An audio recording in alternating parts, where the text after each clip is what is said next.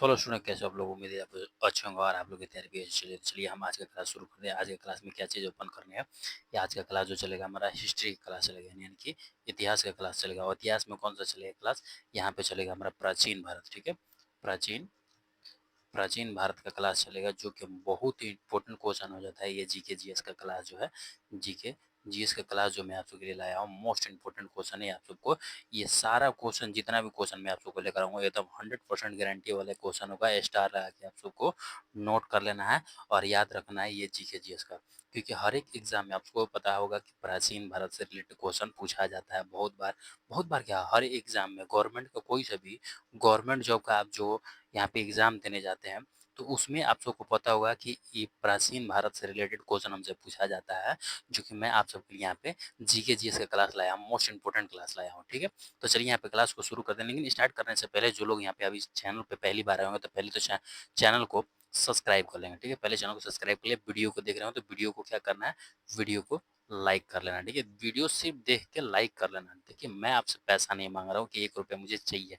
आप लोग जो सब्सक्राइब, लाइक और शेयर करेंगे ना, हमारे लिए वही ज़्यादा हो जाएगा। ठीक है, और कमेंट, कोई भी डाउट हो आप यहाँ पे कमेंट कमेंट कर सकते हैं। ठीक है, कमेंट करेंगे तो हमें भी मोटिवेट मिलेगा, ताकि हम भी आप सबके लिए उस टाइप से। और कमेंट में जो भी, अगर आप दूसरा कोई और एग्जाम तैयारी करें तो उससे रिलेटेड भी मैं आप सबके लिए क्लास लेकर आता हूँ जीके जीएस का। ठीक है, तो चलिए। और यहाँ पे हमारा फर्स्ट क्वेश्चन यहाँ पे आता है। स्टार्ट करने से पहले एक बात चीज और बता देना चाहता हूँ। अगर मैं यहाँ पे लाया हूँ क्वेश्चन कि हड़प्पा सभ्यता का पूर्वीय स्थल कौन सा है, तो जो लोग जॉब की तैयारी कर रहे हैं उनको पता भी होगा, पहले से तैयारी कर रहे होंगे तो ये पता होगा। तो अगर आपको पता है तो क्या करेंगे, पहले आप आंसर कर देंगे। ठीक है, कमेंट में आंसर करेंगे option A, option B, option C या डी, इस टाइप से। ठीक है, और यहाँ पे हमसे क्या पूछा गया है कि हड़प्पा जो नया है उनको बता देते हैं कि जिनको नहीं पता है कि हड़प्पा सभ्यता का सबसे पूर्वीय स्थल कौन सा है।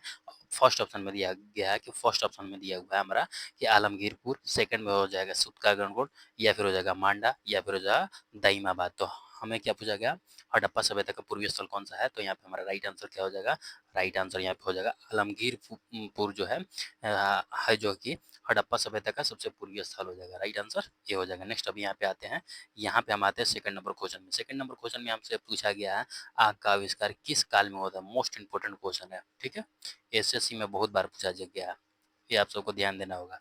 और एमटीएस का जो एग्जाम दे रहे हो उनके लिए भी मोस्ट इंपोर्टेंट हो जाता है। ये भी पूछा गया है कि आग का आविष्कार किस काल में हुआ है। ठीक है, फर्स्ट ऑप्शन दिया होगा ताम्रपाषाण काल में, या फिर हड़प्पा काल में, या फिर हो जाएगा पुरापाषाण में, या फिर हो जाएगा नवपाषाण काल में। कब यहाँ पे आग का आविष्कार किया गया है, तो यहाँ पे हमारा राइट आंसर क्या हो जाएगा, राइट आंसर जो हो जाएगा कि पूरा पाषाण में, पूरा पाषाण काल में जो है आग का आविष्कार किया गया। राइट आंसर क्या हो जाएगा, right answer C, right answer हो जाएगा। नेक्स्ट अब यहाँ पे चलते हैं।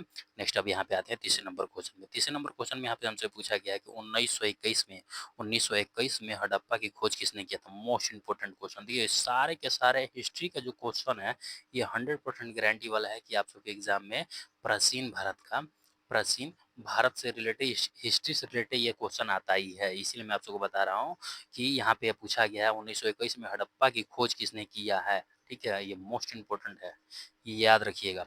फर्स्ट ऑप्शन में दिया होगा कि शर्मा, जो कि शर्मा जॉन मार्क। ठीक है, उसके बाद हो जाएगा आर डी बनर्जी, या फिर हो जाएगा ए कनिंगन, या फिर हो जाएगा दयाराम साहनी। तो हमसे क्या पूछा गया है कि हड़प्पा की खोज किसने किया था, तो यहाँ पे हमारा राइट आंसर क्या हो जाएगा, राइट आंसर हो जाएगा दयाराम साहनी। दयाराम साहनी ने हड़प्पा की खोज किया था। कब, तो 1991 21 में। ठीक है, ये आप सबको ध्यान रखना। राइट आंसर डी हो जाएगा। नेक्स्ट अब यहाँ पे आते हैं चौथे नंबर क्वेश्चन में। चौथे नंबर क्वेश्चन में हमसे पूछा गया इतिहास का पिता किसे कहा जाता है। ये जब हिस्ट्री स्टार्ट करेंगे, इतिहास इतिहास स्टार्ट करेंगे पढ़ना, तभी ये पूछा जाता है या फिर बताया भी जाता है स्टार्टिंग के टाइम में कि इतिहास का पीछे पिता किसे कहा जाता है, या फिर इतिहास का जनक किसे कहा जाता है। ठीक है, और यहाँ पे हमसे ऑप्शन में क्या क्या दिया, फर्स्ट ऑप्शन है अरस्तु को, या फिर हो जाएगा अल्बरूनी को, या फिर हेरोडोटस को, या फिर हो जाएगा चाणक्य को। तो इतिहास का जनक किसे कहा जाता है, इतिहास का जनक जो कहा जाता है कि हेरोडोटस को कहा जाता है।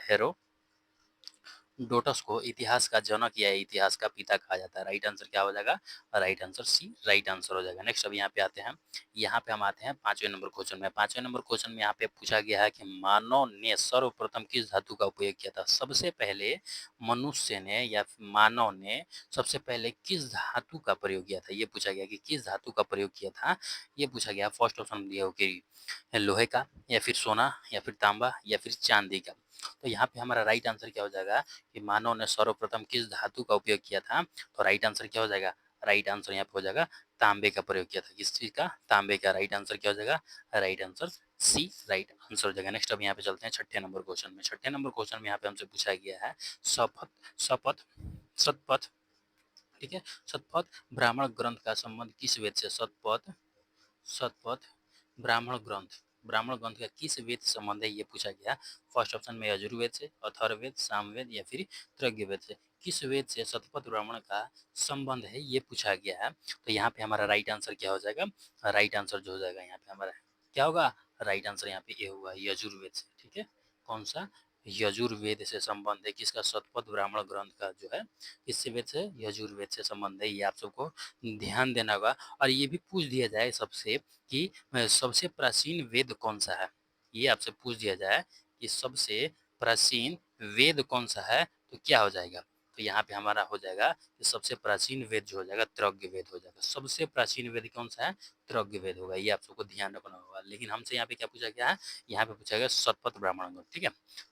अब चलिए यहाँ पे आते हैं 7वें नंबर क्वेश्चन में। 7वें नंबर क्वेश्चन में हमसे पूछा गया गद एवं पद वाला वेद कौन सा है? यहाँ पे ये पूछा गया है कि गद एवं पद, ठीक है, गद एवं पद वाला वेद। देखिए कभी कभी इस टाइप से तो पूछ देता है, कभी कभी ये भी पूछ जाता है कि गद और पद में दोनों लिखे जाने वाले जो कि वेद कौन सा, इस टाइप से पूछा जाता है, ठीक है। तो गद और पद आपको ध्यान रखना होगा, स्पेशली गद और पद याद रखना होगा।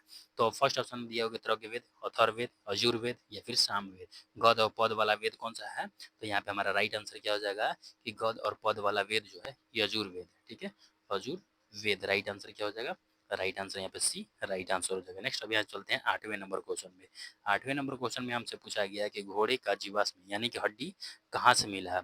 यहाँ पे पूछा गया है कि घोड़े के जीवाश्म, ठीक है, जीवाश्म कहाँ से मिला है? फर्स्ट ऑप्शन में दिया हो कि मोहनजोदड़ो से, या फिर हो जाएगा सुतकोटदा से, या फिर हो जाएगा लोथल से, या फिर हो जाएगा काली बंगा से। तो यहाँ पे हमसे क्या पूछा गया कि घोड़े का जीवाश्म यानी कि हड्डी कहाँ से मिला, घोड़े का हड्डी कहाँ से मिला है, ये पूछा गया है। तो यहाँ पे हमारा राइट आंसर क्या हो जाएगा कि सुत का यहाँ पे सुतकोटदा से, ठीक है, सुतकोटदा, ठीक है, से जो घोड़े का जीवाश्म मिला है। ये आप सबको ध्यान रखना होगा, मोस्ट इंपोर्टेंट क्वेश्चन है, ठीक है।